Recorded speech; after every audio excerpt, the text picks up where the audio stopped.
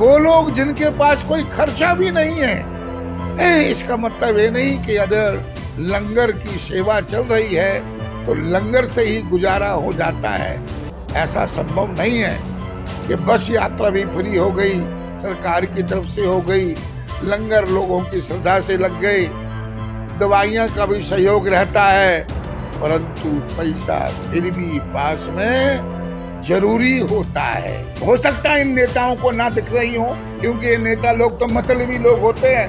मतलबी हो तो गधे को भी नमस्कार कर लेते हैं, तो बाबाओं की तो बात ही छोड़ो। तो हो सकता है नेताओं को नजर ना आती हो, कभी ये सुविधाओं देने में दिक्कतें इनको होती हैं, ये हो सकता है। परंतु 42 साल का अनुभव है और यह शुरू से यहाँ संतों का डेरा आज भी है और कल भी रहेगा। तो इसलिए पर उन लोगों को जब देखता हूँ मैं बोलता हूँ धन्य है लोग और धन्य है इनकी समर्पण। हमारे पास हजारों करोड़ों रुपया है, पता नहीं कितना पैसा है, मरने के बाद साला कुत्ता भी नहीं खाने वाला है। तो मेरा आपके माध्यम से सारी मानव जाति को यही संदेश है, तो जो शाश्वत है, जो कभी नष्ट नहीं होता है, वो धर्म होता है। इसलिए धर्म को पकड़िए, धर्म के साथ चलिए, और सबसे बड़ा राष्ट्र धर्म है, राष्ट्र धर्म से बड़ा कोई धर्म नहीं है। बाबा अमरनाथ की बात करें तो इस बार जो है बहुत सारे भक्तजन जो हैं अमरनाथ जी की यात्रा पर पहुंचे। हमारे साथ आज खास बातचीत करने के लिए महंत रामेश्वर दास जी हैं, और बहुत से लोग जो हैं जब भी बाबा अमरनाथ जी की यात्रा आते हैं तो यहाँ से होकर निकलते हैं, यहाँ रहते हैं, अपना वक्त गुजारते हैं। जो मन को शांति उनके मिलती है यहाँ पर शायद ही कहीं मिलती होगी। सर, बाबा भोलेनाथ जी की यात्रा इस बार भर भर के लोग जो यहाँ पर आए, श्रद्धालु बहुत आए, और इस बार तमाम वो रिकॉर्ड टूट गए, क्योंकि एक उत्सुकता भी थी।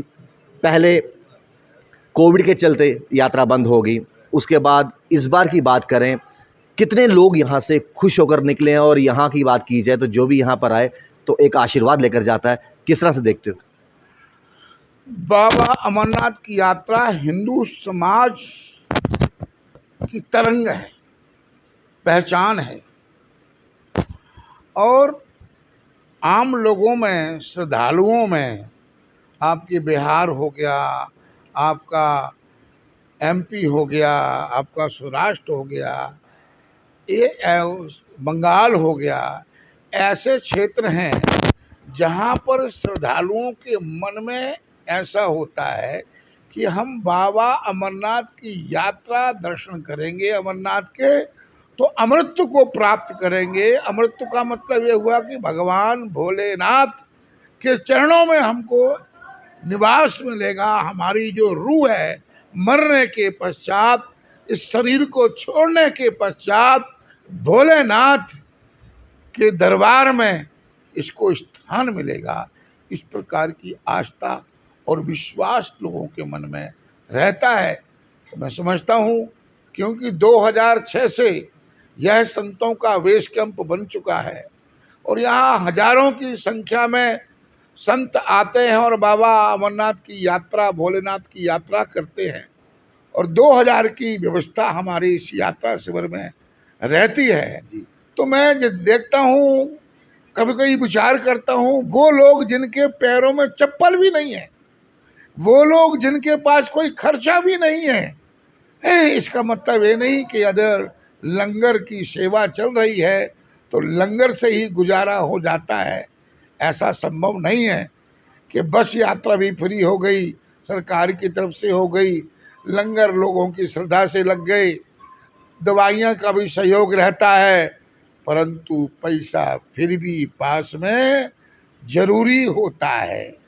तो इसलिए पर उन लोगों को जब देखता हूँ मैं बोलता हूँ धन्य है लोग और धन्य है इनकी समर्पण। हमारे पास हजारों करोड़ों रुपया है, पता नहीं कितना पैसा है, मरने के बाद साला कुत्ता भी नहीं खाने वाला है, इतना पैसा हमारे पास है। पर जब उनकी श्रद्धा को हम देखते हैं तो मैं हृदय से नमस्तक होता हूँ उनके प्रति कि इनमें कितनी श्रद्धा है। हम अगर कोई 4 पैसे कहीं लगा दें तो हम अहंकार के वशीभूत हो जाते हैं। मरेंगे तो सबसे पहले हमारे कोई घड़ी भी अंगूठी में भी उतार देंगे लोग, कोई साथ नहीं जाएगा।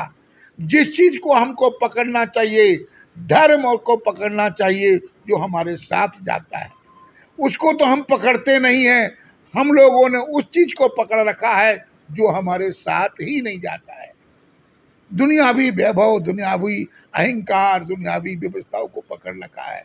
तो जब मैं उस प्रकार के भक्तों को देखता हूँ तो मन में, जिनके पास कोई साधन ही नहीं है, जो लाल कपड़ा पहन के चले हुए हैं और यहाँ पर अगर वो जाए तो कोई धक्का भी लगा देते हैं, ये तो डेरा है और संतों का डेरा है। और हमारे को तो संस्कार ही ऐसे हैं कि जीव ही ईश्वर है सर्वभूता नाम, हृदय तिष्ठति अर्जुन, हर जीव में परमात्मा का अंश है। ऐसी हमारा मान्यता है, ऐसी हमारा विश्वास है। हम जीव में ही परमात्मा का स्वरूप मानते हैं, नर में ही नारायण का स्वरूप मानते हैं और नर को नारायण समझकर मानकर उसकी सेवा में समर्पित रहते हैं। ये हमारे गुरुओं ने हमको संस्कार दिए हैं और उस संस्कार के वशीभूत होकर हम सेवा के कार्य में लगे हुए हैं। ये हमारे गुरुओं की कृपा हमारे ऊपर है। तो मैं यात्रा में, मेरा बड़ा पुराना अनुभव है कि मैं यहाँ 40-42 सालों से देख रहा हूँ और पुरानी मंडी एक ऐसा स्थान है, जब कहीं कुछ नहीं था तो यहीं सारी व्यवस्थाएं चलती हैं। आज भी सारी व्यवस्थाएं चलती हैं। हो सकता है इन नेताओं को ना दिख रही हो, क्योंकि ये नेता लोग तो मतलबी लोग होते हैं। मतलबी हो तो गधे को भी नमस्कार कर लेते हैं, तो बाबाओं की तो बात ही छोड़ो। तो हो सकता है नेताओं को नजर ना आती हो, तभी ये सुविधाओं देने में दिक्कतें इनको होती हैं, ये हो सकता है। परंतु 42 साल का अनुभव है और यह शुरू से यहाँ संतों का डेरा आज भी है और कल भी रहेगा। और मेरी ऐसी मान्यता है कि भोलेनाथ सब पर कृपा और आशीर्वाद रखते हैं। और इस यात्रा का बहुत अच्छा समय निकला है, सबके सहयोग से, सबके व्यवस्था से व्यवस्थाएं चलती हैं। तो मैं ये जरूर कहूँगा कि अब यात्रा हो चुकी है और हम यात्रा का समापन भी करते हैं और हर वर्ष करते हैं। इस वर्ष भी हमारा 9 सितंबर को इस यात्रा का समापन समारोह हम होने जा रहा है और इसके बीच में, इस समापन समारोह के बीच में 2 तारीख से श्रीमद् भागवत ज्ञान यज्ञ शुरू होने जा रहा है।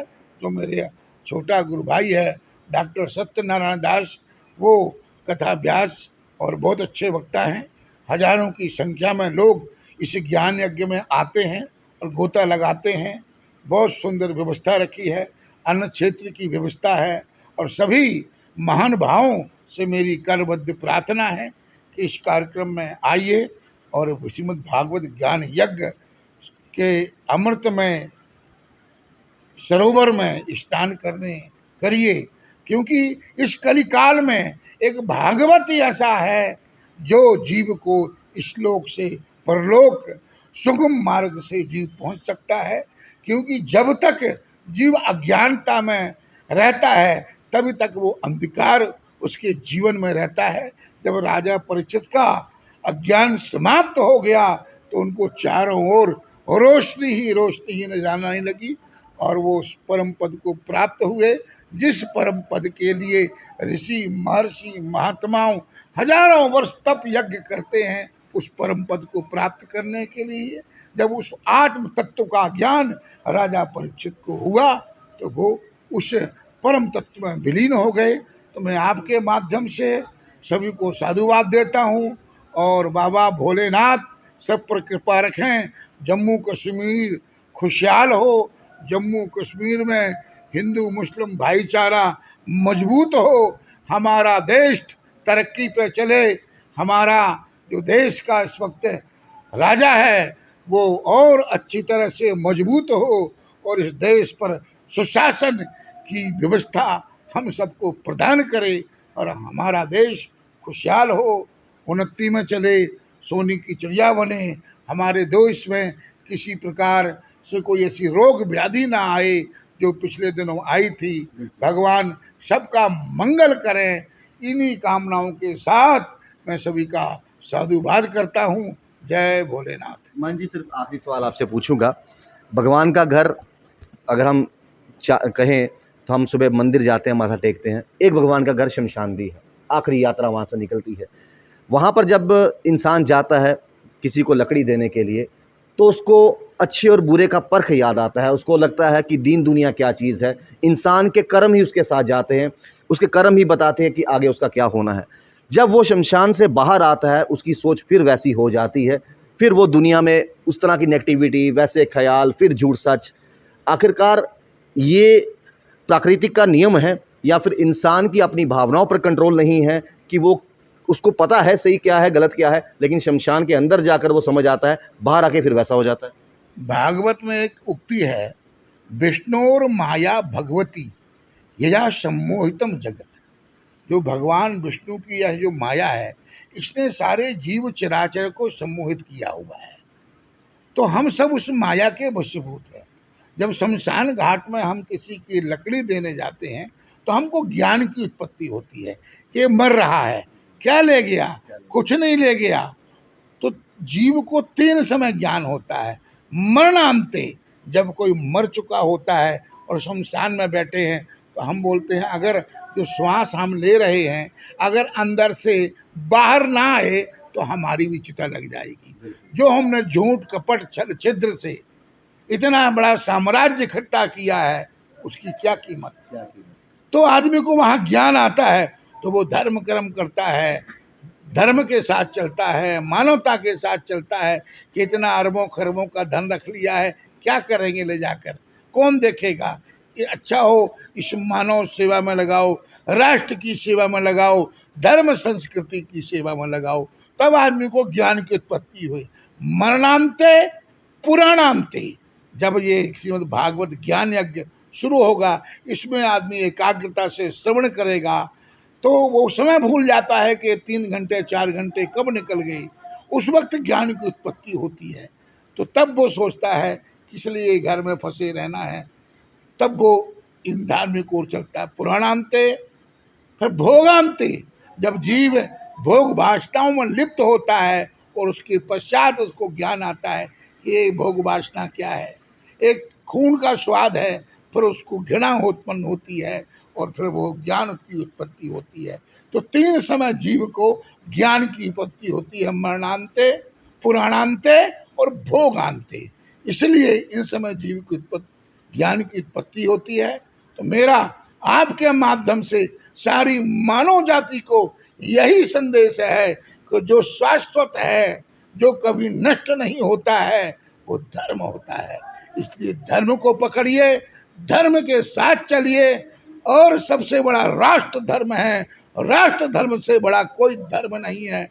हम राष्ट्र है तो सनातन है, अगर राष्ट्र है तो हम हैं, और राष्ट्र नहीं है तो कुछ भी नहीं है। इसलिए राष्ट्र धर्म के साथ जुड़िए, अपनी धर्म संस्कृति के साथ जुड़िए, वही आपके साथ में जाएगा।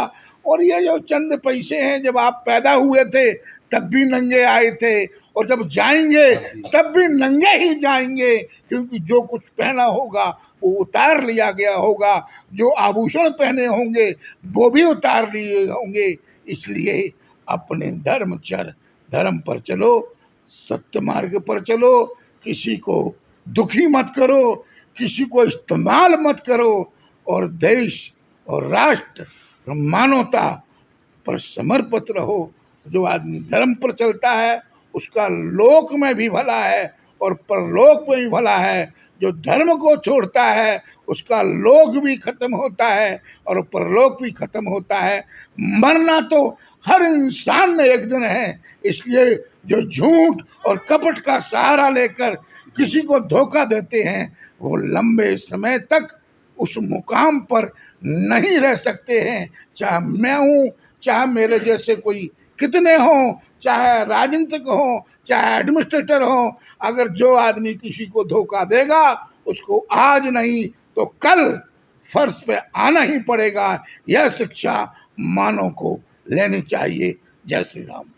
बहुत अच्छी बातें जो हैं हमें सीखने को मिली, और हम सीखते हैं बड़ी अच्छी अच्छी बातें, लेकिन उसको अमल करना मुश्किल हो जाता है। जैसे मैंने शमशान घाट का जिक्र किया, हम वहाँ जाते हैं, वहाँ पर बहुत से सार लिखे होते हैं, गीता के सार भी लिखे होते हैं, लेकिन वो जो कुछ पल जो वहाँ गुजारते हैं, 15 मिनट आधा घंटा, तो इंसान को जैसे कहा ज्ञान की वृद्धि होती है। इंसान सोचता है एक दिन आखिरी दिन हमने मिट्टी में मिल जाना है, हमारा यही अंत है। जब इंसान पैदा होता है, बिल्कुल सही कहा महंत जी ने कि वो नंगा पैदा होता है और वैसे ही जाएगा, धीरे धीरे उसके बाल आएंगे, दांत आएंगे, और जब बुढ़ापे की तरफ जाता है तो वो रिवर्स होता है, वैसे ही दांत जाते हैं, वैसे ही बाल जाते हैं, और वैसे ही इंसान जो है इस धरती लोक से चला जाता है। आपके साथ कुछ जाते हैं तो आपके सिर्फ कर्म जाते हैं, और ये जो ज्ञान की वृद्धि होती है ये लिमिटेड मत रखिए। ये नहीं कि कहीं पर गए, अफसोस कर लिया, अंदर महसूस हो गया, अंतिम हमारी यात्रा यही है। देखिए जी, हमने बाहर जाकर छल कपट नहीं करना, झूठ नहीं करना, फरेब नहीं करना। एक समय होता है जब इंसान कहते थे कि देखिए जी, इस जन्म का जो फल है अगले जन्म में मिलेगा। आजकल वैसा नहीं है। आप सुबह कोई किसी के साथ बुरा कीजिए, आप शाम ढलते ढलते आपके साथ उसका रिजल्ट मिल जाएगा। तो कोशिश ये कीजिए, खुद भी खुश रहो, ईमानदारी से आप रहिए, और बाकियों को भी खुश रखिए। देखते चैनल मन, राहुल खत्री, नमस्कार।